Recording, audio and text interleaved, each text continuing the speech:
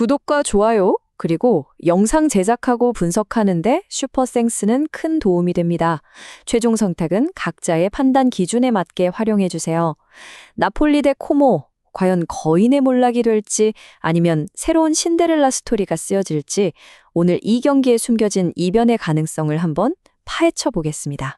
자, 오늘 우리가 들여다볼 경기는 바로 2026년 2월 11일에 열리는 코파 이탈리아 8강전, 아주 중요한 한판입니다. 이건 그냥 축구 경기 한판이 아니에요.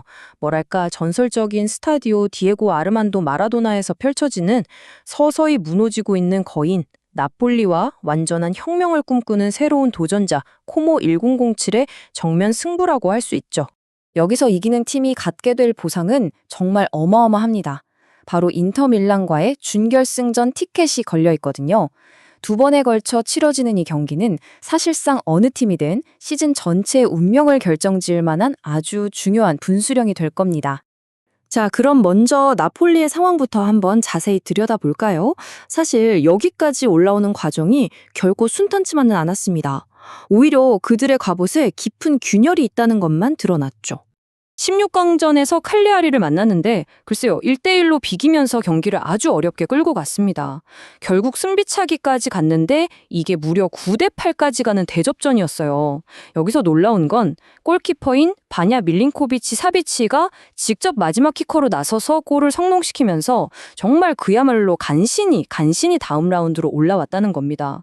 사실 이런 고전은 더 큰 문제의 신호탄 같은 거였어요. 안토니오 콘테 감독의 전술, 아시겠지만 엄청난 체력 소모를 요구하잖아요. 바로 그 여파로 팀이 재앙 수준의 부상 병동이 되어버린 겁니다. 상황이 얼마나 심각하냐면 구단의 이적시장 정책이나 훈련 시설까지 도마 위에 오를 정도니까요.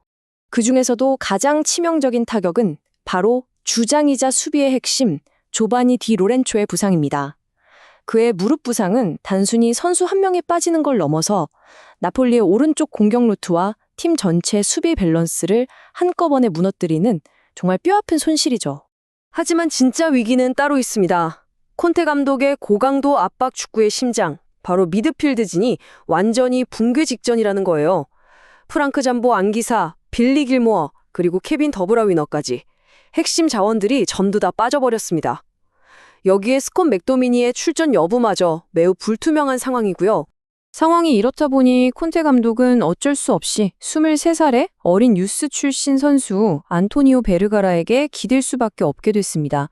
물론 이 선수가 최근 첼시를 상대로 골을 넣으면서 가능성을 보여주긴 했지만 문제는 이 어린 선수를 받쳐줄 주변 시스템이 너무나도 취약하다는 거죠. 자, 공격진은 어떨까요? 사실상 모든 짐을 팀 내 최다 득점자인 라스무스 헤이룬이 혼자 짊어지고 있는 형국입니다. 지금까지 11골을 넣으면서 분투하고 있지만 양쪽 날개인 폴리타노와 네레스마저 부상으로 쓰러지면서 그야말로 외로운 싸움을 할 수밖에 없는 상황에 처했습니다. 자, 이렇게 무너져가는 나폴리의 상황을 봤는데요. 이제 완전히 정반대의 길을 걷고 있는 팀 코모를 한번 살펴보겠습니다. 세스크 파브레가스 감독이 이끄는 이 팀은요, 두 가지 아주 강력한 무기를 바탕으로 이탈리아에서 가장 현대적이면서도 매력적인 축구를 하고 있다는 평가를 받습니다. 그 첫 번째 무기는 바로 점유율입니다.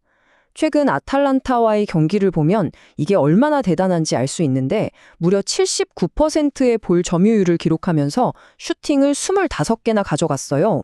파브레가스 감독은 심지어 나폴리의 홈구장에서도 절대 점유율 축구를 포기하지 않겠다고 선언했습니다. 그리고 이 화면이 보여주는 게 바로 그들의 두 번째, 어쩌면 가장 결정적인 무기일지도 모르는 휴식입니다. 보세요. 코모는 무려 열흘 동안 푹 쉬고 경기에 나서는 반면 나폴리는 단 3일 쉬고 바로 경기를 치러야 합니다. 이 엄청난 체력 차이가 경기 막판에 승부를 가를 결정적인 변수가 될 수밖에 없겠죠. 코모의 이런 시스템은 몇몇 핵심 선수들을 중심으로 돌아갑니다. 먼저 15개의 공격 포인트를 기록한 창의적인 설계자 니코 파스, 그리고 중요한 순간마다 골을 터뜨려주는 클러치 공격수 타소스 두비카스가 12골을 기록 중이고요. 마지막으로 중원에서 경기 템포를 조율하는 메트로놈 막시모 페로네가 이 팀의 핵심입니다. 자, 그럼 이제 가장 중요한 부분이죠. 이렇게 완전히 다른 두 팀의 축구 철학이 과연 경기장에서 어떻게 충돌하게 될까요? 이건 그야말로 콘테의 실용주의와 파브레가스의 이상주의가 정면으로 맞붙는 대결이라고 할 수 있습니다. 중원이 사실상 붕괴된 나폴리는 선택의 여지가 별로 없습니다. 수비 라인을 깊숙이 내리고 오로지 라스무스 헤유론의 빠른 발을 이용한 역습 한 방에 모든 걸 걸어야 할 겁니다. 반면에 코모는 평소처럼 경기 템포를 자신들이 원하는 대로 조절하면서 계속 볼을 돌리며 나폴리를 서서히 지치게 만들고 질식시키는 전략을 쓸 게 분명합니다. 하지만 이런 상황에서도 나폴리가 확실한 우위를 점하는 부분이 딱 하나 있습니다. 바로 세트피스죠. 부온조르노와 라흐마니처럼 제공권이 압도적인 수비수들이 버티고 있기 때문에 단 한 번의 코너킥이나 프리킥이 코모의 촘촘한 수비를 무너뜨릴 가장 효과적인, 어쩌면 유일한 무기가 될 수도 있습니다. 자, 이제 데이터를 한번 볼까요? 일반적인 통계 모델을 보면 나폴리가 약간 우세하다고 나오긴 합니다. 하지만 그건 지금 경기장 위에서 벌어지고 있는 극적인 현실을 전혀 반영하지 못한 숫자일 뿐입니다.